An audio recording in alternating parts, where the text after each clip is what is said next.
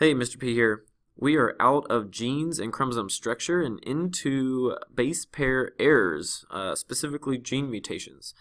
So what happens when an error in the way a gene is read or is replicated happens? That is called a mutation, and mutations can happen for a number of reasons. But we're going to outline in this video kind of what a mutation is, how mutations work, and how single or substitution type mutations impact the overall phenotype, which is the physical expression of a particular trait.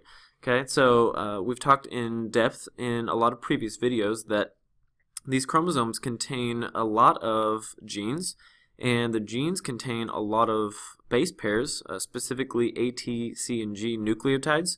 And so, as you can see here, this particular chromatid is intact and is completely, or was completely replicated normally. However, there is a gene on this chromosome that we'll say, for instance, has a mutation, and that mutation can be as simple as a single nucleotide substitution or deletion, or it could be something that's more substantial, like a whole section of the gene is missing, or a whole section or the entire gene is missing. But we're going to outline exactly kind of what mutations mean, and like I said, how the mutations impact the overall phenotype in a particular example known as sickle cell anemia. Okay, so let's look at how mutations start, or how mutations happen, and then ultimately what the parameters or what the repercussions are of that particular mutation. If we look at the top of this chart, there is a normal DNA sequence. Okay, this is a coding strand, and we've cut some steps out. If you remember from previous videos, we talked about the central dogma of molecular genetics, and we know that DNA in this central dogma is translated, or transcribed I should say, into RNA, specifically mRNA. Okay, messenger RNA. Remember, in transcription, DNA becomes RNA in the nucleus, and then that RNA, specifically mRNA, is translated into protein. And the protein is a strand of amino acids. And so you're going to see that in this chart, we kind of skipped out this middleman, and we're just showcasing how DNA codes for protein. But remember, we have to code for RNA first before protein. This doesn't exist. We can't go directly from DNA to RNA, or I should say we can't go directly from DNA to proteins, but we do have to and can go DNA to mRNA to protein. Okay, but just to simplify this particular chart, we went from a coding strand of DNA to the specific amino acid sequence that will make our protein in the end. Okay, so this is our normal coding strand. It's made up of A, T, C's, and G's. So we have codons, and if you remember from previous lecture videos, we have codons, and so this series of 3 nucleotides makes up a codon.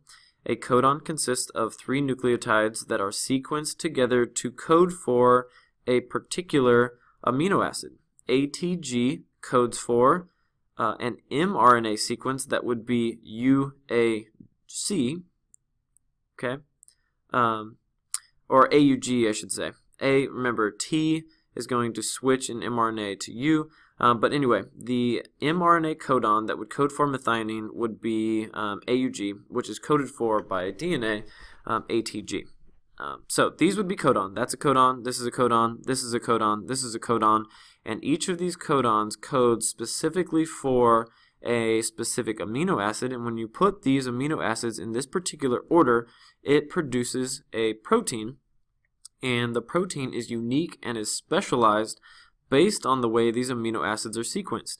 These amino acids are going to be sequenced in a particular order, which is going to structure the protein in a particular way, which is going to function in a particular way. Remember, in DNA and in anything really, in biology, there's a unifying theme called, or that I've said over and over, which is structure dictates function. This particular structure, this protein structure, is going to fold itself in a way that structures or functions a particular way. Okay, so now we've got DNA to RNA to protein. We've got each of these codons coding for a particular amino acid. These amino acids are going to be linked by a peptide bond. These peptide bonds are going to form through the same kind of condensation reactions where you pull out an H2O molecule linking together with a covalent peptide bond to form this chain of amino acids, which is our polypeptide or protein. Okay, enough of the review. You guys know that. Let's talk about how this particular coding strand or this particular coding sequence is altered, or how it is changed. Okay, so if this is the normal coding strand, you'll notice that each of these coding strands is identical except for a particular codon in a particular location. Now, if I highlight the particular codon in question, this is the particular codon that is mutated, and so I highlighted it so that we see kind of what it should look like and ultimately what it looks like. So this is what it should look like. These are the codons that are mutated in this particular example. Now, let's talk about what a silent mutation is. Silent mutation is a mutation in which the amino acid doesn't change. Notice that we went from TTA, thymine, thymine, adenine, to thymine, thymine, guanine. Because the mutated nucleotide is in the third base position, specifically here, often it doesn't impact the way the amino acid is actually coded for. So if we looked at a codon chart, which I'm not going to show you because we've talked about it in the past, if you need a refresher, go back to the previous video or look up online a codon chart. You'll see multiple examples of them. But TTA and TTG, when looked at as a particular codon in the mRNA strand, it will give you the exact same amino acid, in this case leucine. Okay, so TTA codes for leucine, TTG also codes for leucine. Because it doesn't actually impact the way the amino acid is coded for, it is considered a silent mutation because the mutation happens but it never actually shows up because the expressed protein doesn't change. If we compare that to a missense mutation, meaning the mutated nucleotide base pair is now not in the third position, it is now in the first or second position. Okay, first or second position. In this case, it is the second position. Our TTA codon changes to TCA. Now, all of a sudden, the leucine amino acid is changed to a serine amino acid. Because the amino acid changes, the way this particular protein is going to fold itself is going to be different.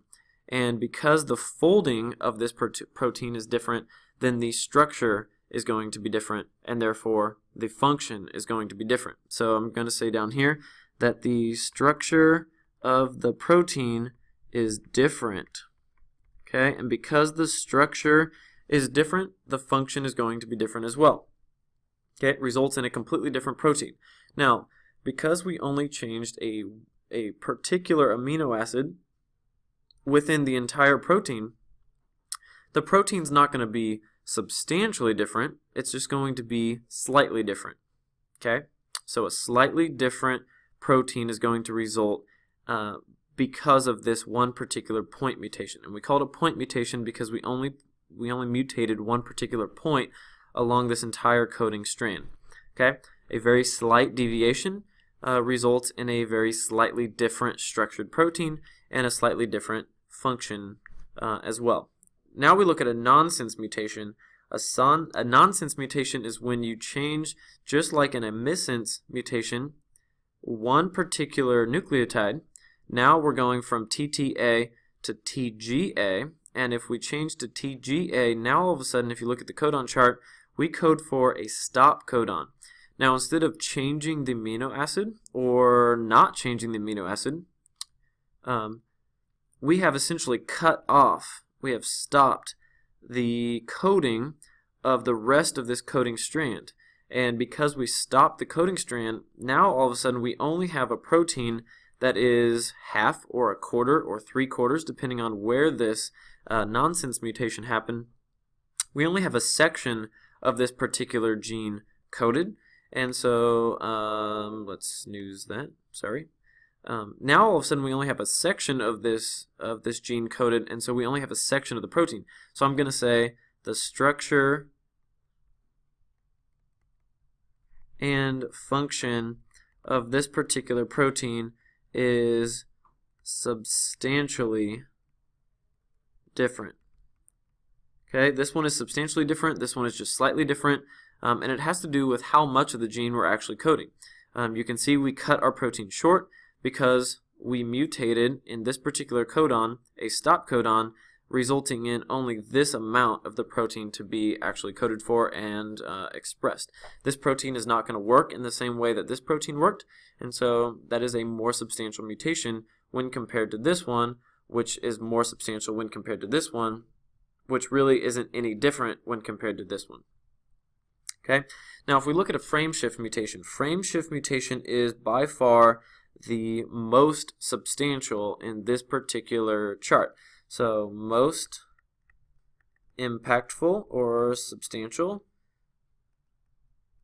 meaning frameshift mutations are going to be way more detrimental to the expressed trait when looking at how the mutation, or when looking at the severity of mutations. Okay, so what happens in a frameshift? Frameshift mutations are deletions or insertions, and so if you notice that TTA, our original coding strand codon, TTA, is changed to TAC. Now, how did TAC come about? We deleted the T, and so now TAC can be seen here. So what happens? This entire coding strand shifts this way. If you remove T, then A takes its place, and C takes the place of A, and T takes the place of C, and so this entire reading frame shifts left. And so you can see now that because we removed the T, TAC is the codon that now codes for tyrine, or tyrosine, and then we have a leucine and then a stop. So because we shifted everything this way, now this section of the amino acid sequence, or this section of the polypeptide protein, is the same as this section.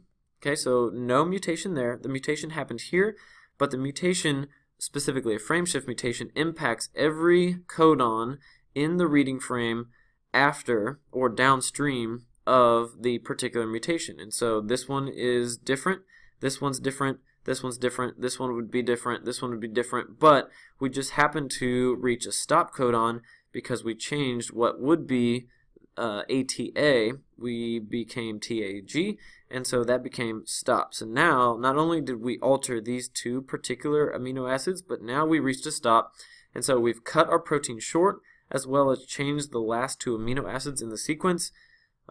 This one, like I said, is the most different, or the most substantially different when compared to all of these other mutations. So we have the normal reading frame. This is what it should look like. This gives us a normal protein. Silent mutation results in the exact same protein because the mutation doesn't actually show up, so it's not expressed. Missense mutation, you have a particular point mutation that changes one particular amino acid, slightly altering the entire polypeptide. In a nonsense mutation, you alter one amino acid, or I should say you alter one nucleotide, but it results in a stop. So it completely stops the mutation, or it completely stops the expressed polypeptide. And then you have a frameshift mutation, which is an insertion or deletion.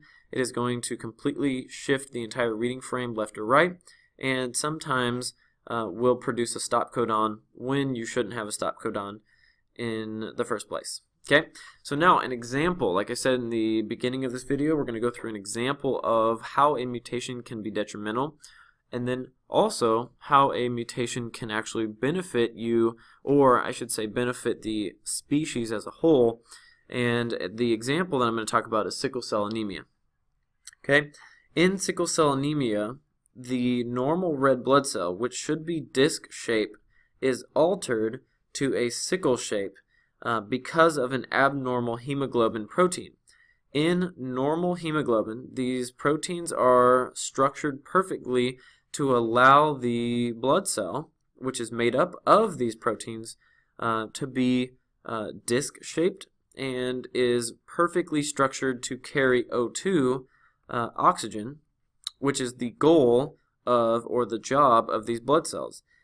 And in the abnormal hemoglobin, the protein is structured incorrectly, and so therefore the sickle shape of the cell is structured incorrectly because it's made up of incorrectly structured proteins. And the oxygen gas, which is not taken up correctly, is going to basically be repelled. And so individuals with sickle cell anemia often have a more difficult time getting oxygen to their cells, and so therefore cellular inefficiencies happen. The metabolism of the cells is altered, and the organism, or the human in this case, often doesn't survive as well. And so how does the protein, which is changed substantially in shape, how is it altered at the DNA level? And the answer is there is a single substitution mutation at the 6th amino acid location, which changes or alters the overall structure of this particular blood cell because of the particular DNA substitution mutation. This would be the 6th base pair, or not 6th base pair, but the 6th amino acid location. And so the mRNA strand, GAG, is changed to GUG, and because we change A to U, okay, this is the normal, and so this would be changed to U, which can be seen here. This particular codon codes for valine, where it should code for glutamic acid. So if we have threonine, proline, glutamic acid, then we have a normal hemoglobin, and so therefore normal blood cell. But if you go to threonine, proline, valine, glutamic acid, then all of a sudden you have an abnormal hemoglobin, and so therefore this particular protein gives rise to a sickle cell shaped blood cell, which is very inefficient at transporting oxygen and CO2 to and from the blood cells, okay, or to and from the body cells. This is again at the 6th amino acid location. Really, really important for the IB syllabus that you know that glutamic acid changes to valine at the 6th amino acid location, and this is a particular point mutation, or is an example of a point mutation at the 6th location, or the 6th amino acid location. So this would be the number 4th amino acid, number 5 amino acid, 6th, and most important. Okay, now, is sickle cell anemia bad? It is bad for the organism or the particular human that has it. However, for a species, which means as a human race, sickle cell anemia actually gives rise to or results in malarial resistance. Now, how does it impact your resistance to malaria? And that has to do with how the alleles, and we haven't even really gotten into kind of the genetics or the independent assortment or the segregation or the inheritance of these particular alleles yet. Those will come into future videos. But you probably know from a past science class or a past biology class that we have alleles, and these alleles are going to assort independently and are going to give rise to the particular phenotype, because all genotypes give rise to a phenotype. And so in this case, we have homozygous dominant. Dominant is the normal phenotype in this case. And so this is going to give rise to normal blood cells. Okay, normal blood cells, which is very susceptible to malaria. And so most people that are homozygous dominant are going to die or have a reduced fitness in places where malaria is really prevalent. Homozygous recessive, this is sickle cell anemia. Okay, so these particular individuals have sickle cell blood cells. They are going to die or have a reduced fitness from the anemia. So these individuals are not going to get malaria, but they're probably not going to survive very long because of the anemia. These people have normal blood cells, normal disc-shaped blood cells, but they're going to die from malaria. When you look at heterozygotes, meaning they have a dominant allele and a recessive allele, they're going to reproduce more often. They're going to survive longer. They're going to produce more offspring, and so therefore they're going to produce more individuals that carry this recessive sickle cell allele. but they're going to be less susceptible to malaria because they actually produce both regular normal blood cells and sickle cell blood cells. And so because of the anatomy of the blood, or the constitution, or the compilation of these different types of blood cells, the malaria protozoa, or the malaria parasite, isn't actually going to survive very well, and so these individuals are less susceptible, and so we call them kind of semi-resistant to malaria. And so you'll look at this particular graph where the malaria is the worst, specifically kind of right in here. This is where malaria is the worst in Africa. You will see that there is a higher percentage of the sickle cell allele in the population of people that live in these particular areas. And you'll notice that if we kind of extrapolate this graph into where malaria is the worst right in here and throughout here. Okay, right along the coast where it's humid, which gives a nice environment for that particular parasite and mosquito to live. It is definitely a correlation between where malaria is the worst and where the sickle cell alleles are the most prevalent. Okay, organisms that are less susceptible to malaria are going to survive and reproduce more often, leading to a greater population of individuals that carry the allele for sickle cell, just based on natural selection and survival of the fittest. Okay, now let's kind of change gears a little bit and go out of mutations and into a Human Genome Project discussion. Human Genome Project was a project that spanned basically through the 90s and into early 2000s.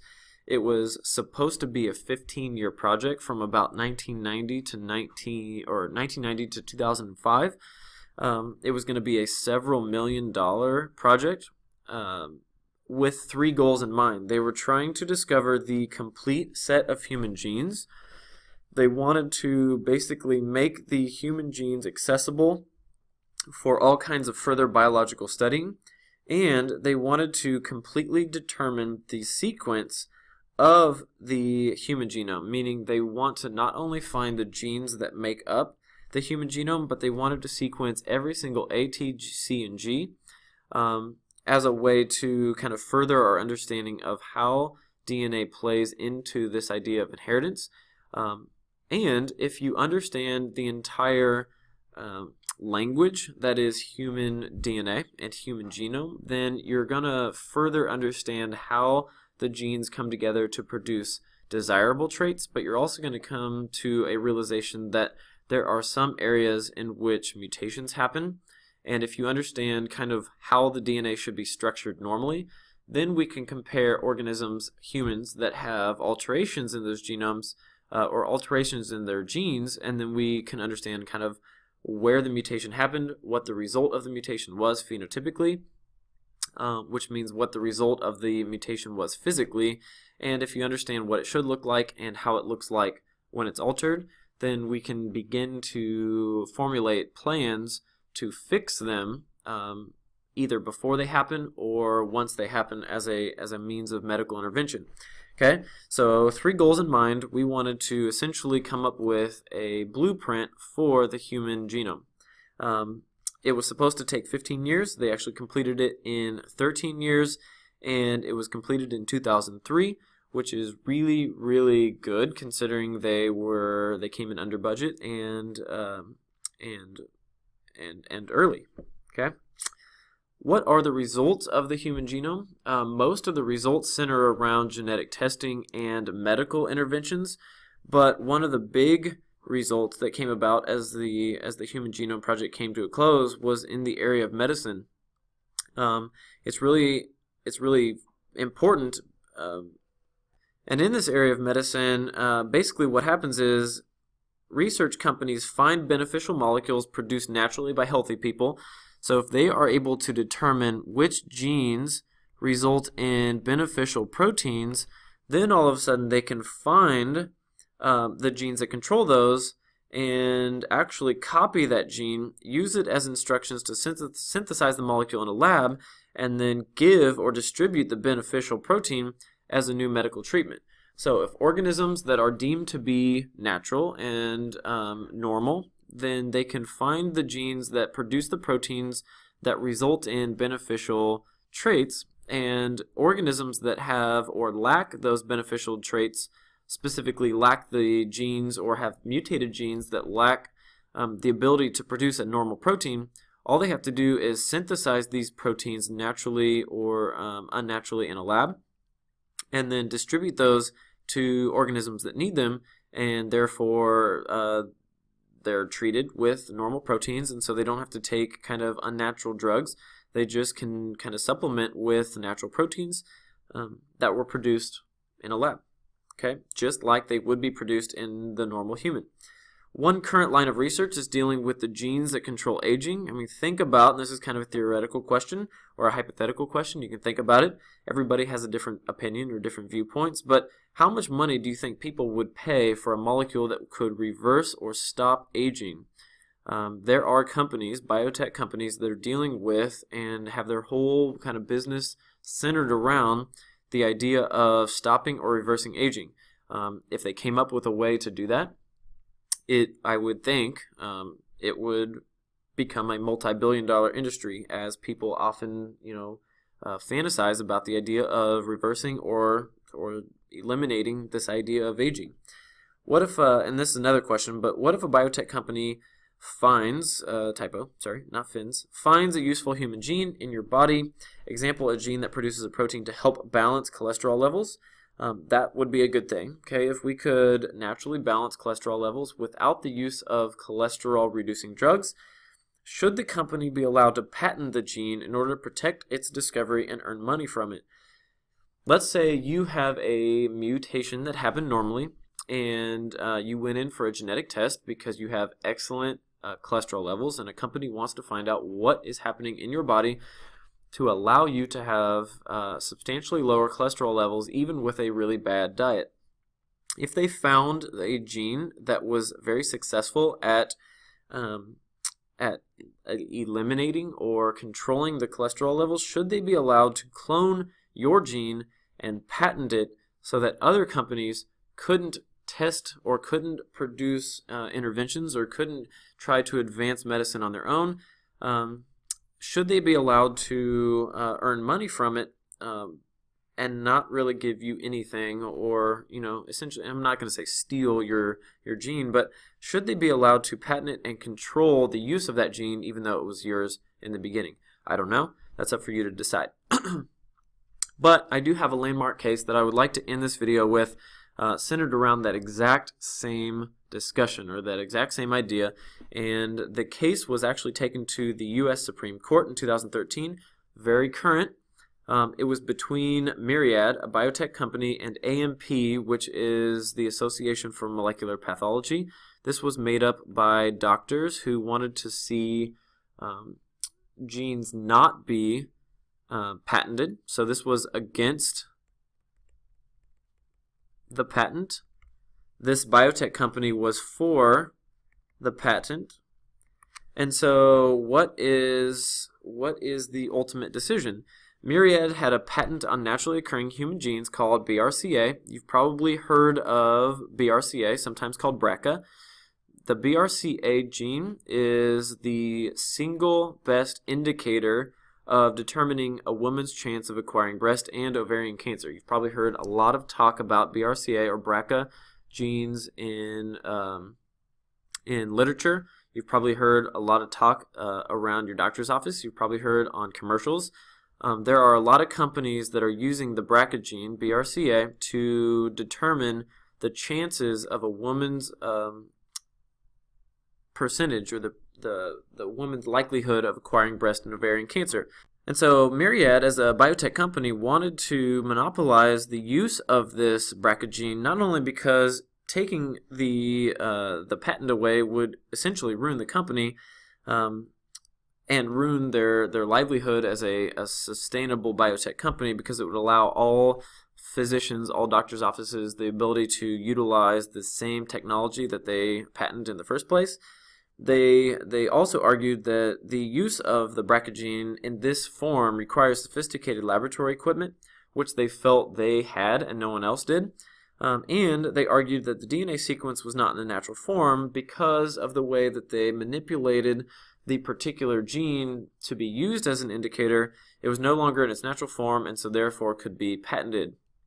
AMP and those against Myriad basically said that all genes occur naturally, and so just because the Brca gene may have been altered or may have been mutated in a way, that all genes occur naturally, and there was no way to guarantee that the altered gene that they said they had wouldn't have occurred naturally given the chance. They also said that BRCA should be available freely for cancer diagnosis, and that if the BRCA or Brca gene was monopolized by Myriad, it would be impossible for anybody to get a second chance or a second opinion, which in my opinion is vital in the cure for cancer. I mean, if you have one company who is sole responsible and is monopolizing the entire industry of breast and ovarian cancer, which by far is the single #1 most prevalent cancer form,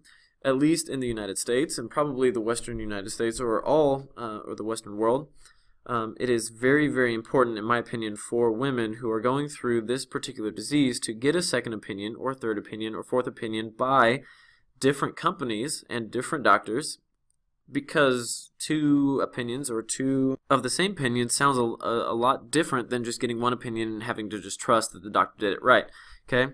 I don't know. You decide. Either biotech companies can monopolize these genes, or the genes should be freely accessible to all who want to work in the industry.